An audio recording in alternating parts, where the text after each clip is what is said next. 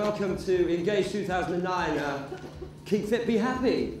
The great news is that in the first half of 2009, online overtook telly to take more revenue for the first time in any sort of major economy in the world.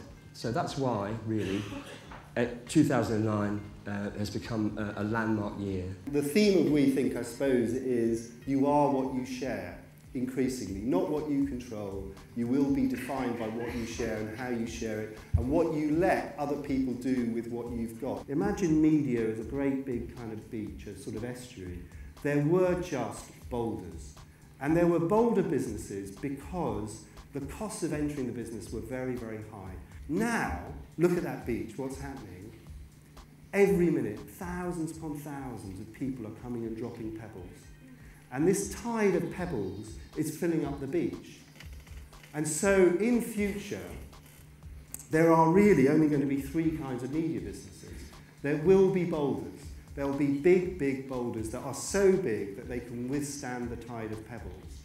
And there will be, and there is, we're seeing it every day, a huge battle between old boulders and new boulders, between News Corporation and Google, over who is going to control the beach. But over here, all the new media businesses will be pebble businesses.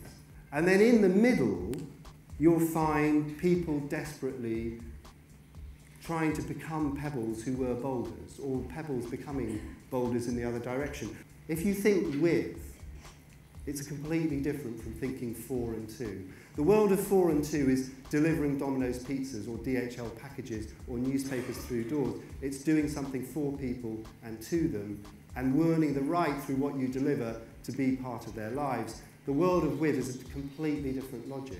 We believe the next 10 years is going to be about looking at this information, engaged audiences, and really the first real opportunity for brand advertisers to engage with audiences at mass scale. And if you think about the old way that we've been producing brand advertising and putting up banners, and why they may necessarily not have worked in the past is that the way it worked in the past is that content is created, it's pushed online, and then we've all run around and we try to slap up ads next to it. And we try to figure out what goes with what and where the left goes with the right. And really, the next wave of the internet is really more about the merger of content management systems and advertising technologies. And the point of this is that now the technology is more sophisticated and we know the information before it's published, what it's about, what the audience is, who's going to be reading it. There's a real opportunity and a ripe opportunity now to match advertising closer to the content creation and even the content sourcing. A minority of spend online is dedicated to brand, where the vast majority is spent against DR, which is measurable until the cows come home. It's the best medium ever invented for direct response. It's fantastic for that. Now we want to make it fantastic for brand building by introducing the planning currency, industry agreed, for the medium. It's called UCOM. It's been 3 years in the making. I'll be honest with you. I think the level of creative work at the moment isn't that great. Silence. And I know that's not a view that it's just my view. I know that's a view shared with a lot of people in the industry, especially within the creative community.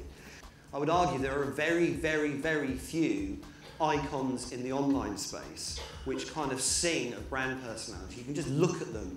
I mean, I was always taught at BBH that if you put your hand over the company logo and look at the rest of the image or the TV commercial, can it only belong to you? And I don't think we're doing enough of that in the online space. Come up with ideas that can be advertised, not advertising ideas. Vodafone 360 allows consumers to bring everything together seamlessly across the phone, PC and beyond. Contacts, email, photos, backup and more.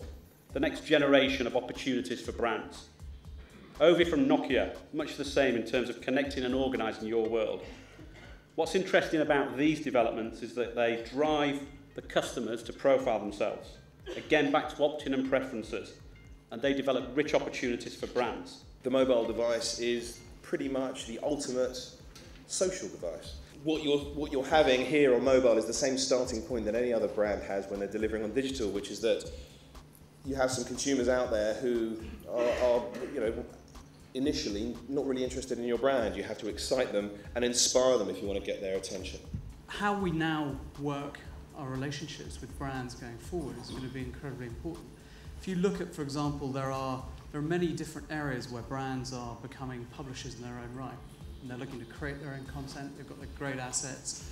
So we're not only competing amongst the traditional media set and online publishers within that, we're also competing effectively with brands and advertisers. It is digital communication that I believe is going to be at the heart of the behaviour change that we are going to need to create to make the revolution that we need. We see digital as the kind of plasma that runs through the whole media ecology that we're going to be using. So the challenge that I make to you today is to say, come with us. And not only to come with us, but to help us. And in some instances, clearly, to show us the way. Because the degree of expertise here is fantastic. Do we have the talent? London is not only one of the world's great creative cities, it's also in things like social marketing, probably the leader. And it's, I think, arguably the world capital in social media as well. Together we've achieved a lot. The biggest share of advertising expenditure of any of the advanced advertising markets. I nearly screamed hallelujah when Mark Lund described digital as the joiner up, as the plasma that runs through the entire media ecology. What a great line that is, and how perfectly it sums up the ability of the digital media not just to do what the other traditional media are doing, but to thread its way between them and enhance them and catalyse them and make them all work so much better. 2010 will be the year of the online brand advertiser. We've got some new tools to help us. UCOM has been funded primarily by online media owners because you, the advertisers, asked for it. What we're going to see going forward, more and more stuff in the cloud. We're going to see the explosion of mobile internet usage. 1 billion sold in 20 years, the next billion in 4, the next billion in 2. It's just going to get faster and faster. And you need to find ways of overcoming traditional approaches to planning for your business and for your media and getting into doing as quickly as possible. Television has certainly, in the middle of its middle age, spread. Actually, by that I mean spreading the video to different media, to phone, to the PC, to the games console. In the UK this year, we reached a tipping point where there were more PCs sold in the UK this year than there were television sets. I think for certain content you will find pay models that work, but I think for the most part it's going to be an advertising-funded future. For me, behavioural is marketing holy grail. It delivers the right message to the right people at the right time. At the end of the day, users don't like advertising as much as everyone in this room would like to see otherwise. And I think it's our job to create as relevant an experience for them as possible.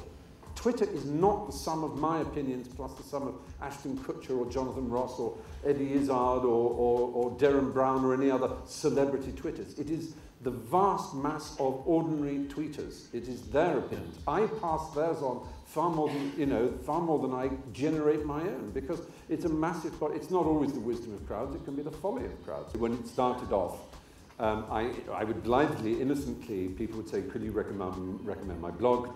Could you yes. I've written this," or "Here's a site for this charity," and I would cheerfully pass it on. And then slowly and with increasing force, people began to wail. It's as if they'd said, "Oh, I've got this lovely shop," and I passed on the news that they've got a lovely shop, and then 20 seconds later, there are 400,000 people inside the shop who've broken all the walls and every piece of stock, and the shop owner is sweeping up the glass and looking balefully at me as if I'm a big bully.